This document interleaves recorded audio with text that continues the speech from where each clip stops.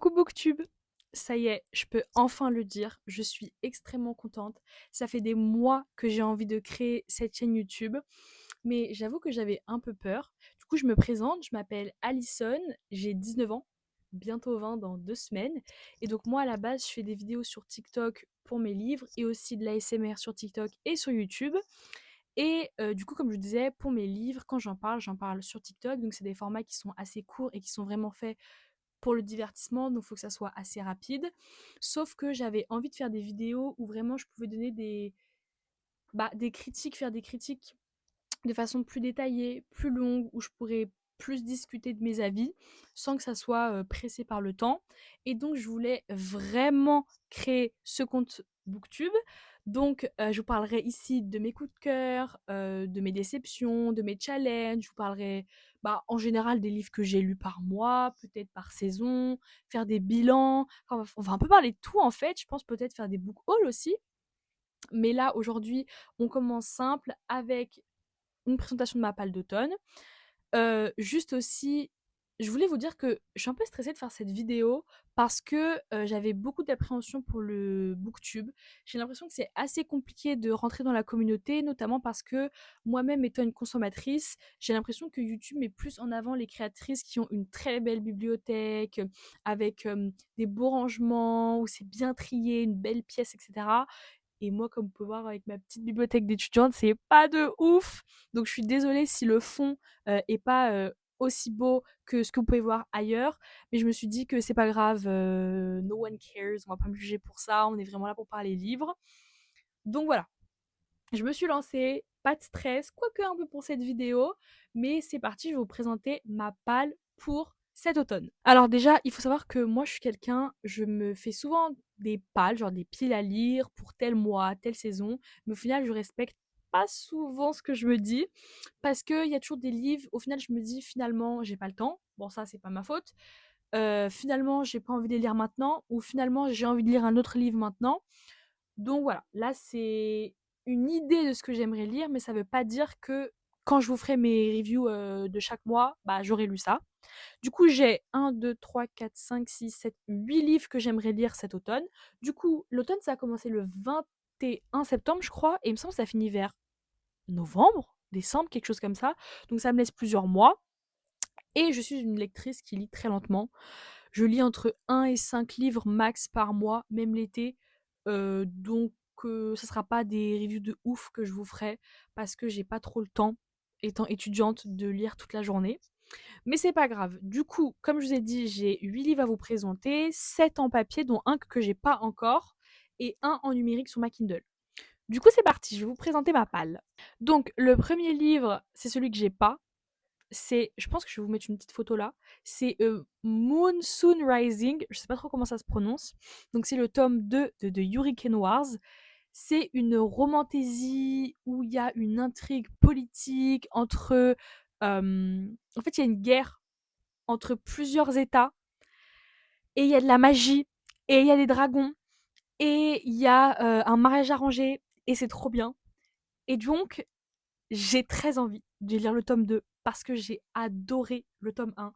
Genre, ça faisait longtemps que j'avais pas aimé une romantésie à ce point. Et j'étais très contente de découvrir ça.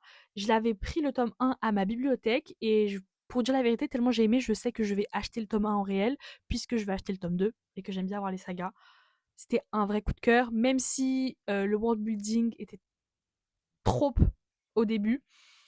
Mais je pense que je vous ferai des revues plus tard sur ça. Mais en tout cas, j'ai très hâte du tome 2. Du coup, ça sera le premier livre de cette palle. Le deuxième, c'est un peu de la triche. Parce qu'en fait, je l'ai fini hier, mais il faisait partie de ma palle d'automne. C'est La guerre du pavot de R.F. Kuang.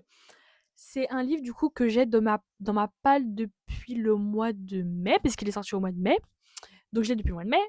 Euh, Et c'est un livre que j'avais déjà lu, enfin j'avais commencé à le lire en anglais, et c'était assez compliqué. Même moi qui comprends bien l'anglais, j'avais trouvé ça compliqué. Donc je l'avais arrêté, et quand De Saxus ont dit qu'ils allaient le sortir, j'étais extrêmement hype. Et depuis le mois de mai, je l'ai, et j'arrivais pas à le sortir parce que je savais que ça allait être une lecture qui était difficile, et j'avais pas l'ambiance, le mood, etc. Et là, je l'ai commencé, je pense, 2-3 jours avant l'automne. Je l'ai fini. C'est un livre qui est très violent, mais qui est très intéressant, très bien à lire. Je vous ferai pareil une revue, mais du coup, bah, premier petit check sur ma palle en fait. Ensuite, un autre livre, pareil, je l'ai emprunté à la bibliothèque. C'est un livre que je connaissais pas forcément, j'en avais jamais entendu parler avant, mais il m'a bien plu dans les étagères. C'est La Société très secrète des sorcières extraordinaires. Du coup, déjà, la cover, moi, je la trouve trop belle. Euh, J'en avais jamais entendu parler avant. Et donc, je découvre l'autrice avec ce livre. Donc, je pense que ça va être ma prochaine lecture vu que c'est un emprunt. C'est, il me semble, une sorte de fantasy mais chill. Vous savez, c'est une cozy fantasy, thème automnal, thème Halloween avec des sorcières, etc. En plus, il y a l'air d'avoir du mystère. Ça a l'air, franchement, ça a l'air super sympa. C'est grave ma vibes. Surtout que là, comme je viens de lire une lecture très dure comme La Guerre du Pavot, je pense que quelque chose de plus chill comme ça pourrait me plaire. J'ai vu que l'autrice aussi a sorti un autre livre de ce genre au mois d'août. Alors, je sais pas si c'est la suite ou si c'est genre bah, dans le même genre. Mais voilà. Du coup, La Société très secrète des sorcières extraordinaires. Ensuite, là, le prochain livre, j'ai un passif négatif avec. C'est Blood and Honey. Alors, en fait, c'est une saga de 3 livres. Comme vous pouvez le voir là, j'ai la saga. J'ai lu le tome 1, Serpent and Dove, et je n'ai pas du tout aimé. Je n'ai pas aimé le tome 1, je n'ai pas réussi à m'accrocher au personnage, à l'histoire, à l'intrigue. Je trouvais ça pas très intéressant, pas bien développé, même pas très bien écrit sur certains points. Mais en même temps, comme j'ai acheté la saga sur Vinted, parce que en fait, la personne vendait les 3 livres à 5 euros. Du coup, je me suis dit, bah, je vais acheter la saga, quoi. Je pensais que j'allais kiffer, même si j'avoue avoir vu plein de revues négatives. Je me suis dit, bah, moi, je vais me faire mon propre avis. Donc, c'est une romantaisie où on va avoir une sorcière qui va avoir un mariage arrangé avec un chasseur de sorcières. Et je me suis dit, bah, sorcière, c'est le thème un peu bah, automne, Halloween, etc. Le tome 1, je l'ai lu il y a un peu moins d'un mois, fin été. Et là, je me suis dit, non, quand même, Alison, tu as la saga entière, il faut que tu tentes quand même la suite. Du coup, je vais tenter le tome 2, et c'est vraiment ce tome 2 qui va décider si je DNF la saga ou si je continue.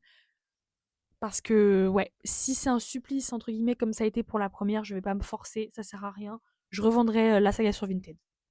Donc voilà, quand même, il faut goûter avant de dire qu'on n'aime pas. Peut-être que j'ai pas aimé le tome 1, mais que je vais aimer le tome 2. Ensuite, un autre livre où j'ai un passif intéressant, on va dire, c'est L'héritier trahi de Holly Black. Alors, il faut savoir que la saga du Peuple de l'air que vous voyez ici, c'est ma saga fantastique préférée. Pour moi, elle est incroyable. Les personnages sont incroyables. Euh, Quand je compare un personnage féminin, je le compare forcément à Jude, qui pour moi est ma perfection dans la fantasy. Et en fait, je n'arrive pas à accrocher au personnage de Vren, je pense qu'on dit comme ça, parce que en fait, j'ai déjà commencé ce livre l'année dernière et je l'ai DNF parce que je n'ai pas accroché au personnage de Vren, donc qui est la personnage principale de cette histoire. Sauf que c'est un livre de Holly Black, une de mes autrices de fantasy préférées. Et je me dis, je ne peux pas DNF, genre c'est pas possible. En plus, encore une fois, j'ai le tome 2 qui est juste ici. Genre, j'ai lu que 5 chapitres, il faut que j'aille au bout. Donc il faut que je le lise cet automne parce que j'ai envie de savoir la suite quand même. Je me dis, allez, peut-être c'était une période où t'avais pas envie de lire. Maintenant que t'es à fond dedans, lis-le, refais-toi ton avis et voilà quoi. Donc du coup, L'héritier trahi, c'est aussi un de mes objectifs. En plus, ce livre est vraiment trop beau et hâte de voir comment Shen a évolué depuis la saga du Peuple de l'air. Alors, là, je vais passer à un livre de poche qui est La Cité de Jade. Alors, je l'ai pris en poche parce que je vous avoue, j'avais très très très envie de le lire, mais j'avais ni l'argent ni la place pour prendre le brochet pardon, ou le relier. Donc le poche est très beau quand même, donc voilà. C'est une fantasy, dark fantasy, pareil, intrigue très politique avec des guerres pour, il me semble, bah, du coup, le Jade. De ce que j'ai compris, il y a beaucoup d'arts martiaux et de bagarres dedans. Donc ça m'intrigue. J'ai très envie de le lire et beaucoup le décrivent comme une excellente fantasy et beaucoup l'ont dans leur top 3 fantasy. Donc je me suis dit, bah, à moi de me faire mon avis. Euh, Et souvent, on conseille Fondali quand on aime R.F. Kuang. Donc, c'est les 2 autrices qui sont assez engagées dans leur livre, en fait. Du coup, je pense que je vais beaucoup aimer. Par contre, c'est un livre qui est assez gros. Il me semble qu'il fait presque 700 pages. Ouais, 650. Donc, encore un gros livre, mais j'ai hâte de le lire. Et de toute façon, si j'aime, bah, j'achèterai le reste en poche parce que je pense que, en fait, je sais que je vais l'aimer. Genre, je le sens, je me connais. Donc, j'ai aussi très hâte de le lire. Alors, là, on passe à un livre. Je pense que si je le lis, je le lirai fin automne, début hiver. Mais là, c'est un livre qu'il faut que je sorte de ma palle. Ça fait 1 an qu'il est là, depuis Noël dernier. C'est Le Prieuré de l'Oranger. Encore une fois, magnifique relié de la part de Saxus. C'est un livre qui me donne extrêmement envie depuis plusieurs années. Je l'ai eu à Noël dernier, mais en fait, j'ai peur de pas l'aimer alors que je veux l'aimer. Je sais pas comment expliquer, mais il me donne tellement envie que j'ai peur d'être déçue. Et si je suis déçue, genre, je vais être dépitée. Du coup, j'ai peur de le commencer, mais il a l'air absolument incroyable. Donc j'ai très hâte. Mais je sais pas, je trouve que ça donne quand même une vibes Game of Thrones. Et je sais pas, je trouve que Game of Thrones, ça fait un peu vibes hiver. Et donc je suis en mode, peut-être je devrais le lire en hiver, peut-être je devrais le lire fin automne, je sais pas. En tout cas, c'est maintenant ou jamais. Parce que je suis pas sûre que c'est un livre qui me donnerait l'envie, genre en été par exemple.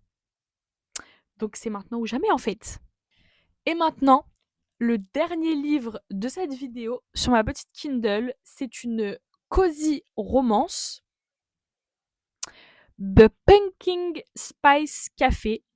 Alors, la vraie vérité du vrai, c'est que je l'ai déjà commencé après la guerre du pavot parce que j'avais besoin de me vider l'esprit. J'ai déjà lu, attendez, je vais regarder, il me semble 20%, quelque chose comme ça. 28%, je suis au chapitre 10. Et ouais, c'est dans ma palle. Comme je vous dis, je l'ai déjà commencé. Donc pour l'instant, je respecte quand même les conditions et les termes. C'est une cosy romance. Pour l'instant, je vous avoue, ça fait très téléfilm TF1 du samedi après-midi là. Donc je sais pas trop quoi en penser. C'est mignon. Et il me semble qu'il y a un rapport avec The Gilmore Girls, mais j'ai pas trop compris. Donc si jamais vous savez pourquoi, n'hésitez pas à me dire dans les commentaires. Après, ça a l'air chill, mais je sais pas trop si c'est le genre de livre que j'aime. C'est vrai que là, quand même, quand je regarde les livres, j'ai pas vraiment de romance à lire cet automne. Peut-être que je vais en rajouter et que ça va me manquer. Mais là, ouais, c'est la seule romance de ma palle de cet automne. Du coup, bah, pareil, je vous ferai une revue. Je pense que je le finirai avant fin septembre. On est le 25 là. Donc, il y a un monde qu'il soit dans ma vidéo récap de mes lectures du mois de septembre.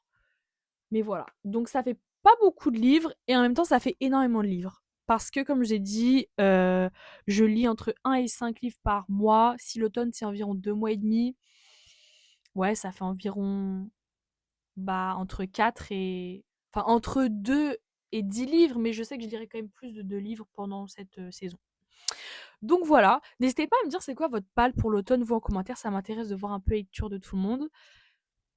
Je vous remercie d'avoir regardé cette première vidéo. J'espère que j'ai bien parlé, j'ai pas dit trop n'importe quoi et que je me suis bien exprimée et que c'était pas trop désagréable à écouter parce que parfois pardon, j'articule pas bien et peut-être je m'exprime mal. Peut-être parce que je suis dyslexique. I don't know. J'aurais dû dire ça dans ma présentation. Je pense que ça excuse beaucoup le fait que je lis lentement et que parfois je peux m'exprimer pas correctement. Mais du coup voilà, ça m'a fait très plaisir de tourner cette vidéo. Je vous remercie et à la prochaine.